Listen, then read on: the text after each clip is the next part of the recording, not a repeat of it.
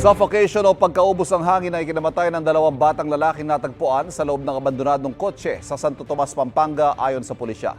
Sa CCTV video na sinuri ng Santo Tomas Police, nakita naglalaro ang magkapatid sa isang open parking space sa barangay Moras de la Paz.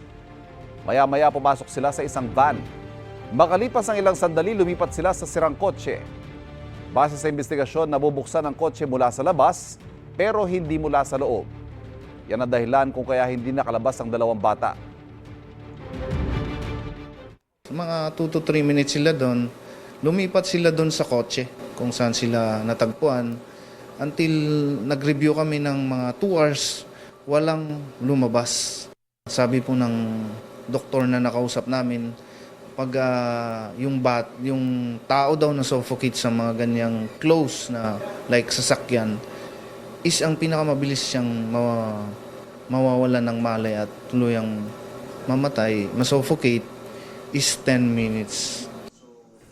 Nakaburol lang 12 magkapatid na edad 5 at 6 sa isang chapel sa San Fernando. Tumanggi magbigay ng pahayag ang kanilang pamilya. Patuloy naman ang investigasyon para matukoy kung sino may pananagutan sa insidente.